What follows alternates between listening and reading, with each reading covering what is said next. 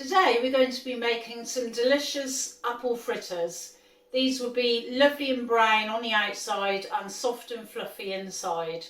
And they're delicious, especially with cinnamon sugar, or you can drizzle them with honey if you like. So I'm Kath from Her Majesty Cooks. Let's do it.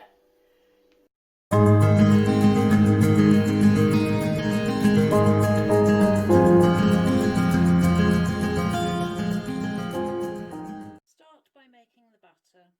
In a bowl I have 170 grams of plain flour, so break in 2 large eggs. This is just a straightforward simple batter. Then with a whisk, gradually whisk it into the flour and slowly whisk in the milk. It will make a fairly thick batter, and we also, when it's all done, we leave it standing for an hour. So then we're going to add a tablespoon of caster sugar and a teaspoon of baking powder. So give that all a nice whisk in. You don't need too much sugar with this. So next we're going to prepare the apples.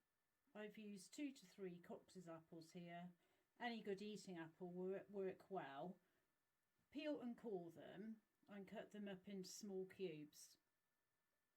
I love these apples, nice and sweet. So get a deep fat fryer. I've used a 3 litre deep fat fryer here, set at 170, and then mix all the apples into the mixture. So with a ice cream scoop or a tablespoon, carefully drop into the hot oil.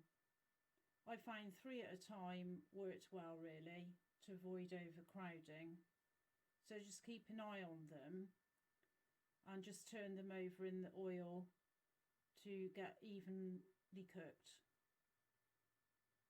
And there they are, all lovely and crisp.